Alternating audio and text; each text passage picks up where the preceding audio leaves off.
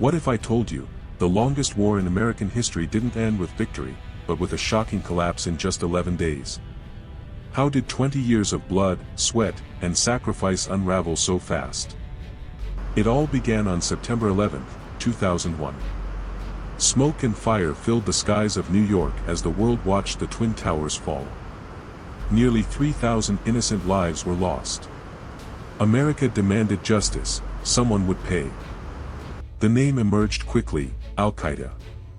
Osama bin Laden, hidden somewhere in Afghanistan, under the protection of the Taliban regime. America pointed its finger and declared, "We will find you." October 7, 2001. US and British jets roared across Afghan skies. Cruise missiles lit up the night. The Taliban, ruling with iron and fear, had no idea what storm was coming for them. Before massive armies landed, the CIA and special forces were already inside.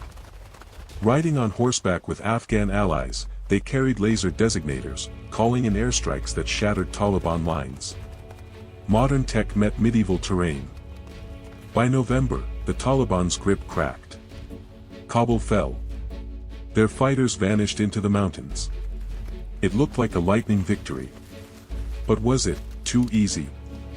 December, Tora Bora Mountains. American bombs pounded the caves where Osama bin Laden was hiding. Yet, in the chaos, he slipped away, across the border into Pakistan. A ghost in the night. Here's the twist: Washington thought the war was almost over. But instead of finishing the fight, America began rebuilding Afghanistan. Nation building. Democracy, schools, new leaders. Could you build a country out of ruins? While Kabul celebrated its freedom, the Taliban regrouped. In villages and deserts, whispers grew. They had time, patience, and a weapon Americans didn't: endless years to wait. By 2006, NATO troops poured in, British in Helmand, Canadians in Kandahar, Germans in the north. At its peak, 130,000 foreign soldiers walked Afghan soil. The war had become international.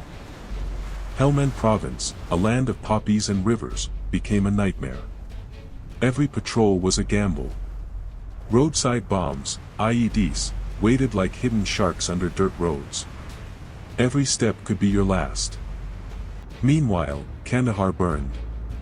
Suicide bombers targeted markets. Taliban fighters struck at night, vanishing by day. This wasn't conventional war, it was insurgency, brutal and invisible. And the ones who suffered most? Afghan civilians. Weddings turned into funerals from drone strikes. Families lived between Taliban threats and NATO raids. Innocent blood stained every side. In 2009, President Obama ordered a surge of 30,000 more US troops. The mission: break the Taliban once and for all. The fighting became the fiercest since Vietnam. Helicopters thundered low. Marines sprinted through dusty villages, guns blazing. Taliban ambushes erupted from fields. The valleys of Afghanistan became killing grounds where neither side truly won. With the surge came progress. Schools opened, women returned to work, Afghan forces trained with NATO. Maybe, just maybe, a new Afghanistan was possible. But was it real, or just a fragile illusion? Meanwhile, the Haqqani network, deadly allies of the Taliban, launched devastating attacks in Kabul. Hotels, embassies, even the parliament, no place was safe. How could peace be real with bombs in the capital? 2011, Pakistan. US Navy SEALs stormed a compound in Abbottabad. Osama bin Laden was dead. America cheered. But here's the haunting question: if the war began to kill bin Laden, why was it still going? By now, soldiers had served not one, but 2, 3, even 4 tours. An entire generation of warriors grew up in the Afghan War. Children were born while fathers fought overseas, and grew up before they came home. And the Taliban watched. They knew time was on their side. "You have the watches," one Taliban fighter said, "but we have the time." Billions poured into Afghanistan, but corruption swallowed it whole. Ghost soldiers, fake contracts, leaders lining their pockets. How do you build a country when its foundation is rot?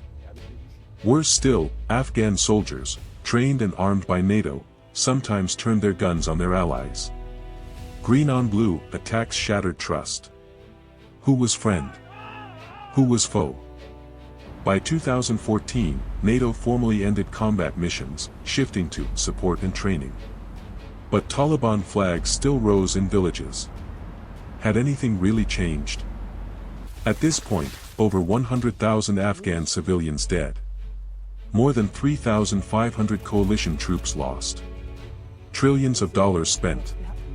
Was victory even possible anymore? Yet, in Kabul, a new generation thrived. Young men and women using smartphones, studying at universities, dreaming of modern lives. They wanted a future without war. Could they ever get it? 2018, talks began. The US sat across the table from the Taliban. A deal was struck in 2020, America would leave. The Taliban promised peace. But can you really trust your old enemy? By 2021, Afghan troops were left to hold the line. On paper, they outnumbered the Taliban.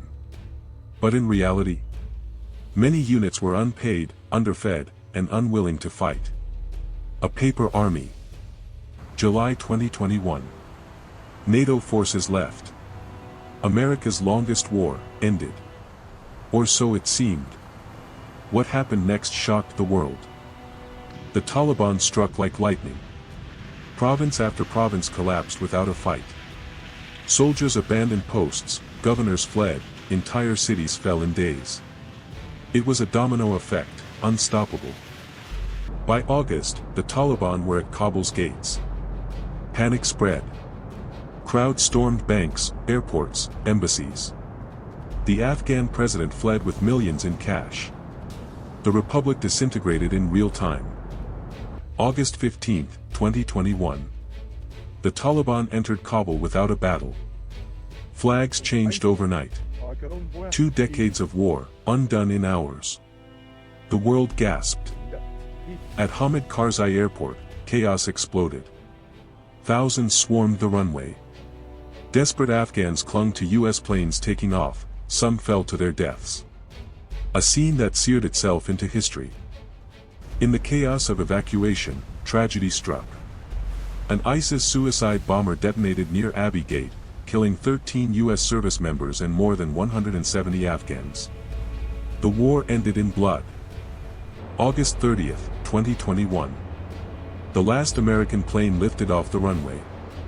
Darkness fell on Kabul. The war was over, not with a bang of victory, but with a silence of defeat. 2 decades. Thousands of lives. Trillions spent. And still, the Taliban sat once again in Kabul. What had it all been for? For the soldiers who fought, the war never really ended. PTSD, memories of lost friends, questions without answers. Was it worth it? Did it matter? For Afghans, the pain is sharper. Those who tasted freedom now live under Taliban rule again. Journalists, women, students, all silenced or hunted. Hope, strangled. Afghanistan taught the world a brutal lesson: you can win battles, topple regimes, kill terrorists, but you can't impose a future on a nation not ready to accept it. And here's the chilling truth: Afghanistan has been called the graveyard of empires. The British. The Soviets. Now, America. The mountains remain unconquered. So, I ask you, was the war lost the day Osama slipped away at Tora Bora? Or was it doomed from the start, a clash not just of armies, but of time, culture, and destiny itself?